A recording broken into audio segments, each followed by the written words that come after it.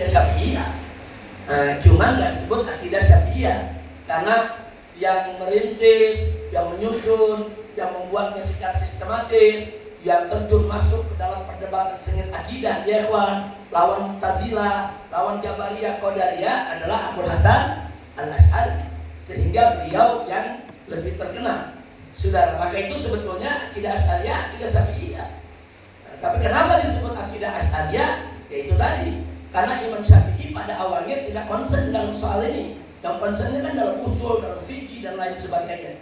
Nah, akhirnya dinisbahkan akidah tersebut kepada Imam Asy'ari. Dan kalau kita baca sekarang, ternyata ulama-ulama Asy'ariyah sekarang ini lebih banyak berpegang kepada kitab-kitab akidah Imam Ghazali. Saudara, justru yang menjadi pegangan kebanyakan seperti kitab Al-Intisab fil I'tiqad, susunan Imam Ghazali itu yang banyak dipakai, saudara. Itu yang dijadikan sumber oleh imam-imam yang datang sesudahnya. Nah, maka itu kadang-kadang akidah Asy'ariyah disebut juga akidah Ghazaliyah, saudara. Nah, cuman karena Asy'ariyah yang mendahului daripada Imam Ghazali, atau Asy'ariyah yang lebih disebutkan dan nama itu sudah masyhur di dalam kitab-kitab akidah ya ikhwan. Baik, selanjutnya di situ ada Ibnu Suraik, ada Ibnu Qattan, ada Aqfal Asy-Syazi, ada Al-Hafiz Ad-Daraqutni. Imam Daraqutni ini muhaddis. Kita tahu ada Sunan Daraqutni, tapi jangan lupa Imam Daraqutni juga pembahasannya soal akidah, ikut terjun di dalam perdebatan kalamiyah ya ikhwan. Nah, maka itu inilah murid imam-imam bermadhab Syafi'i yang dari zaman ke zaman menjaga dan melestarikan madhab Syafi'i, pemikiran Syafi'i baik dalam bidang fikih, hadis maupun akidah secara turun-temurun hingga sampai kepada kita saat ini. Berikutnya yang keempat, antara tahun 400 sampai 500, saudara. Nah, di situ muncul dua thariqah. Maksudnya thariqah di sini metodologi cara pemahaman mazhab Syafi'i. Ada dua metodologi. Ada metodologi Ahlul Iraq, ada metodologi Ahlul Khurasan, saudara. Maka disebutlah yang ini thariqatul Iraq, yang ini thariqatul Khurasan. Nah, siapa tokoh-tokoh daripada thariqatul Iraq? Di antaranya Imam Asfaraini, Imam Mawardi, kemudian Imam Syirazi dan Ibnu Sabbah. Nah, jadi kita lihat di sini. Nah, ini imam-imam besar, saudara. Imam-imam besar dalam mazhab Imam Syafi'i. Kayak Imam Mawardi. Siapa nggak kenal Imam Mawardi? Ini penulis daripada kitab Ahkam Sultaniyah. Kemudian siapa nggak kenal Imam Syirazi?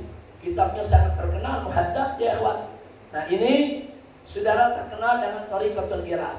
Nah, sementara yang terkenal dengan thariqatul Khurasan adalah Imam Baihaqi, kemudian Al-Qaffal Al-Marwazi, kemudian Al-Ghadi Husain, begitu juga Imamul Haramain yaitu Imam Juwaini, saudara.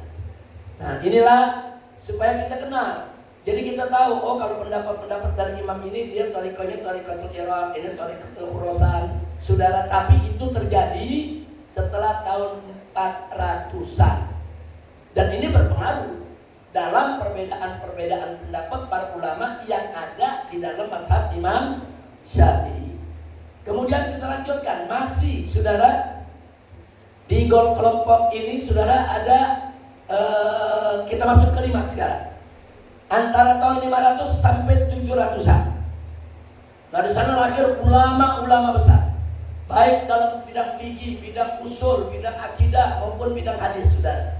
Di antaranya Imam Mustadhari, kemudian Ibnu Khal, termasuk Al-Imam Al-Ghazali ada di periode ini, saudara. Sebetulnya Imam Ghazali wafatnya tahun 505. Nah, mestinya beliau itu masuk kelompok yang keempat tadi. Tapi kalau kita lihat dalam berbagai macam penulisan, Imam Ghazali dimasukkan salah satu pegawai daripada periode ini ya, Tuan. Nah, kemudian ada Imam Ar-Ruyani, kemudian ada Imam Farrah Al-Baghawi, kemudian ada Imam Razi, Ibn Asakir, Ibnu Salah, Ibnu Abdissalam. Ibnu Abdissalam itu Izzuddin, Ibnu Abdissalam. Kemudian ada Ibnu Warraq, ada lagi Al-Imam Rafi, Al-Imam Nawawi, Ibnu Khalkan, Al-Ghalyubi, Al-Burmaki, saudara. Ini semuanya adalah ulama-ulama besar mazhab Syafi'i yang terus menjaga, melestarikan, menyebarluaskan, membela mazhab Syafi'i antara tahun 500 sampai 700 Hijriah. Kita masuk yang ke-6. Tahun 700 sampai 800, saudara. Dan di sini lahir imam-imam kita kenal, ada Imam Subki dan putranya. Ada Imam Subki dan Ibnu Subki. Ada Imam Ibnu Daqiqul Aid. Imam Daqiqul Aid juga mazhabnya Syafi'i. Dan ada Al-Hafiz Ad-Dimyati, saudara.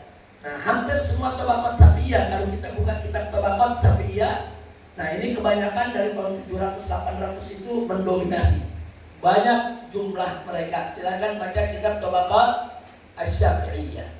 Nah sekarang Al-Mu'asirun belakangan, pokoknya setelah tahun 800-an, tahun 1000 kembalian ya Pak. Nah mari kita lihat, nah, saudara, sampai zaman ini yang Mu'asirin ada Ramadan Al-Buti, saudara, Syafi'i, Wahbah Zuhaili Syafi'i, Mustafa Al-Khin Syafi'i. Begitu juga kebanyakan ulama Hadramut dan ulama Indonesia. Jadi ulama Hadramut dan ulama Indonesia di dunia terkenal sebagai ulama-ulama yang menjaga dan melestarikan serta menyebarluaskan, yaitu pemikiran-pemikiran dalam mazhab Syafi'i, baik pemikiran akidah yang ikut Asy'ari maupun dalam pemikiran fikih, saudara, yang mengikuti mazhab Syafi'i. Inilah ulama-ulama yang kita lihat. Jadi kita gak kaget kenapa Indonesia ini larinya ke Syafi'i, karena yang bawa Islam ke Indonesia ulama-ulama dari Hadramut. Ulama-ulama Hadramut itu bawa mazhab Syafi'i. Nah ini sekaligus menafi kalau ada yang katakan penyebaran Islam di Indonesia ini ulama-ulama India, saudara. Itu perlu kita perdebatkan dulu. Kenapa? Karena kalau ulama-ulama India yang datang ke Indonesia, yang akan tersebar luas mazhab Hanafi, bukan Syafi'i. Buktinya banyak ulama-ulama India yang menyebar ke Afghanistan, yang menyebar kemana-mana, semua Hanafi ya Pak. Nah itu jadi bukti. Jadi bagaimana mungkin ulama-ulama Hanafi datang ke Indonesia menyebarkan Islam, muridnya jadi Syafi'i semua? Nah itu nggak logik. Nah itu yang pertama. Yang kedua, ada yang bilang ulama yang datang ke Indonesia dari Persia. Nah ini kan ada yang mengalihkan soal nasabnya, Wali Songo kata dari Persia dan lain sebagainya, saudara. Ini juga perlu diperhatikan, hati-hati. Kalau Islam di Indonesia itu dalam dari Persia sana, saudara, Indonesia nggak jadi Syafi'i, mazhabnya jadi Syiah. Karena ulama-ulama Persia kemana-mana bawa mazhab Syiah, Indonesia nggak jadi Syiah, saudara. Nah itu yang kedua. Terus yang ketiga, saudara, kita punya bukti lain. Bukti dari tradisi. Ternyata ulama-ulama Yaman datang ke Indonesia bukan hanya menyebarkan Islam, bukan hanya membawa mazhab Syafi'i dan akidah Asy'ariyah, tapi menariknya juga terjadi pertukaran budaya. Kita lihat sekarang. Di Sumatera ada tari Zafin. Di Kalimantan ada tari Zafin. Ada Zafin Melayu, ada Zafin Banjar, saudara. Di Ambon ada tari Zafin, di Maluku, saudara. Kita perhatikan gerak tarinya sama persis dengan Zafinnya Yaman. Enggak beda, saudara. Dan berbeda dengan tari-tari yang memang lokal pribumi punya, saudara. Nah, artinya apa? Artinya ulama-ulama Yaman itu dulu waktu ke Indonesia, saudara, mereka juga memperkenalkan budaya-budaya mereka, dan budaya mereka itu diterima. Makanya sekarang kalau kita tanya Aceh, di sana ada tari Zafin, tanya ini tari milik suku mana, mereka bilang ini Aceh punya. Karena udah berulang belakang. Anda tanya kepada orang-orang Banjar, ini Zafin di mana? Oh ini Zafin Banjar. Saudara, artinya dia sudah berulang, berakar, menjadi budaya daripada masyarakat Indonesia di berbagai daerah. Selidiki dari mana sumbernya, saudara. Bukan dari India, bukan dari Persia. Di India ada tari Zafin. Begitu juga di Persia ada tari Zafin ya. Tari Zafin itu datangnya dari Hadramut. Hatta di Saudi nggak ada tari Zafin ya. Nggak ada, mereka nggak kenal, mereka tahunya tari pedang, sudah. Nggak ada. Kemudian tari di Palestina, tari-tari kemerdekaan, saudara. Nggak pakai Zafin, beda. Nah, jadi Zafin ini memang merupakan tari khas orang-orang Yaman, mobil khusus yang ada di Hadramut. Kalau di Yaman, mau di Hadramut, mau di luar Hadramut, mereka paham itu tali sabit. Dari anak kecil sampai kakek-kakek juga semua lancar sabitnya, saudara.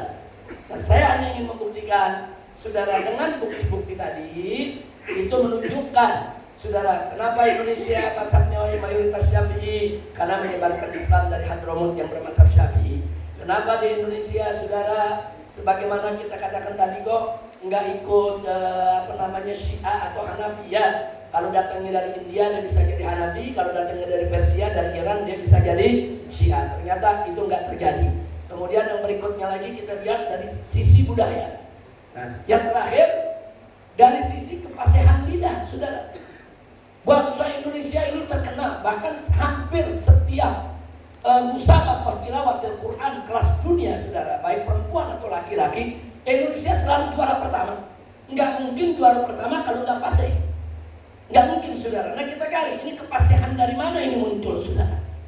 Padahal kalau kita lihat di Pakistan, di India sampai hari ini, mereka banyak makanya subhanallah, la ilaha illallah. Nggak, di Indonesia nggak ada. Saudara, mau Sunda, mau Jawa, mau Ambon, mau Batak, mau Betawi, mau Banjar, sampai di Irian, mereka bacanya Allahu Akbar, subhanallah, la ilaha illallah. Kenapa lidah mereka begitu fasih? Dari ayahnya. Kenapa ayahnya begitu fasih? Dari gurunya. Kenapa gurunya begitu fasih? Dari gurunya lagi. Saudara, dan orang-orang Hadramut dikenal lidahnya fasih dalam menggunakan bahasa Arab, saudara. Nah, ini jadi sekali lagi, ini semua menjadi bukti. Jadi jangan seenaknya kita membelokkan sejarah. Oh, ini Indonesia, begitu ada lagi yang bilang Islam Indonesia yang nyebarin dari Cina, bikin ngawur lagi, saudara. Bikin ngawur lagi, saudara. Astagfirullahaladzim. Ini udah gitu ngakunya tesis ilmiah lah, penyelidikan ilmiah lah. Udah ngawur, di dunia udah pada edan semua, saudara. Nah, kira-kira jelas ya kenapa Indonesia bermazhab Syafi'i terkenal di dunia. Di seluruh dunia, hatta di Saudi tahu orang Indonesia semua mazhab Syafi'i. Mereka paham itu. Bahkan sampai di Al-Azhar, saudara, kalau ada orang Indonesia ngedaftar, itu nggak pakai dites, nggak pakai diuji lagi, udah tahu. Itu Syafi'i, langsung dimasukin subbah Syafi'iyah, saudara. Nah, ada Habib Alwi, saudara. Saya punya anak Aida, begitu masuk, tahu-tahu keluar namanya subbah Syafi'iyah. Saya tanya, emang kamu pilih Syafi'iyah? Enggak, Pak, emang udah ditulis begitu, udah tahu orang Indonesia. Nah, begitu juga kalau datang dari negeri-negeri yang lain. Oh, ini kebanyakan Hanafi, dimasukkan subbah Hanafiyah, saudara. Nah, jadi memang Indonesia sudah terkenal sebagai negeri Syafi'i. Alhamdulillahirabbil alamin. Baik. Sekarang kita masuk ke beberapa terminologi untuk mengenal gelar-gelar ulama-ulama besar, khususnya dalam bidang fikih di mazhab Syafi'i, saudara. Yang pertama, kalau kita membaca kitab-kitab fikih Syafi'i setelah zaman Imam Juwaini, saudara, maka pada umumnya kalau disebut imam, yang dimaksud adalah Imamul Haramain. Contoh, Anda baca Kifayatul Akhyar, saudara, umpamanya. Kalau di sana disebut Qalal Imam, dia nggak sebut imam apa? Qalal Imam kada wa kada. Zahabal Imam ila kada wa kada. Yang dimaksud imam adalah Imam Juwaini, saudara. Jadi julukan al-imam itu dalam mazhab Syafi'i pada umumnya digunakan untuk Imam Juwaini, bukan untuk Imam Syafi'i. Kalau Imam Syafi'i biasa disebut Syafi'i, saudara. Tapi kalau disebut imam saja, itu biasanya dimaksud adalah Imamul Haramain. Pada umumnya seperti itu ya, Pak. Kemudian kalau disebut qadhi, nah kadang-kadang disebut qadhi. Jadi qala al-qadhi, dhahaba al-qadhi, hakada ra'yul qadhi. Siapa ini qadhi yang dimaksud? Qadhi yang dimaksud adalah Al-Qadhi Husain Al-Marwazi yang wafat tahun 462 Hijriah. Nah, istilah begini kita mesti tahu. Nanti kalau kita belajar fikih, kita nggak tahu disebut imam siapa sih imamnya, disebut qadhi siapa sih yang dimaksud. Nah, bagi orang yang nggak terbiasa atau tidak mempelajari hal ini, saudara, dia sulit untuk tahu. Tapi kalau kita pelajari seperti yang tadi Habib Hanif katakan, bahkan di Ahgam ada mata kuliahnya. Nah, untuk dirasah Syafi'iyah luar biasa, sampai 2 semester. 2 semester waktu yang panjang ya, Pak. Untuk apa? Untuk betul-betul teliti mengenal siapa aja sih ulama Syafi'iyah, apa aja sih istilah yang dipakai, dan seterusnya. Adanya. Ya coba adzan dulu. Ihtiram al-waqt. Adzan dulu, habis itu kita lanjutkan sebentar.